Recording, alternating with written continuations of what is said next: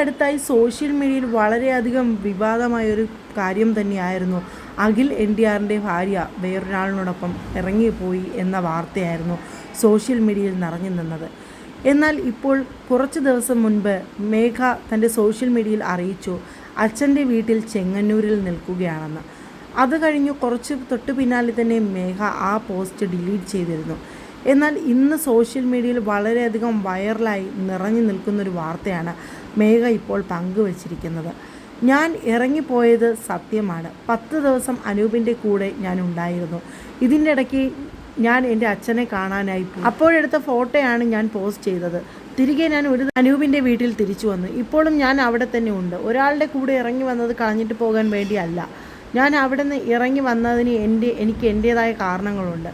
അത് ഞാൻ പബ്ലിക്കായിട്ട് ആരുടെ മുൻപിലും പറയാൻ താല്പര്യം കാണിക്കുന്നില്ല.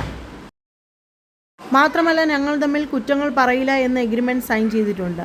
ഈ പറഞ്ഞ പുള്ളിയോ ഞാനോ നേരിട്ട് വന്ന് ഒന്നും ആരോടും പറഞ്ഞിട്ടില്ല. പിന്നെ സുഹൃത്തെന്ന് പറഞ്ഞ് നടക്കുന്നവർ പലതും വന്ന് പറയും. അതൊന്നും ആരും വിശ്വസിക്കേണ്ട.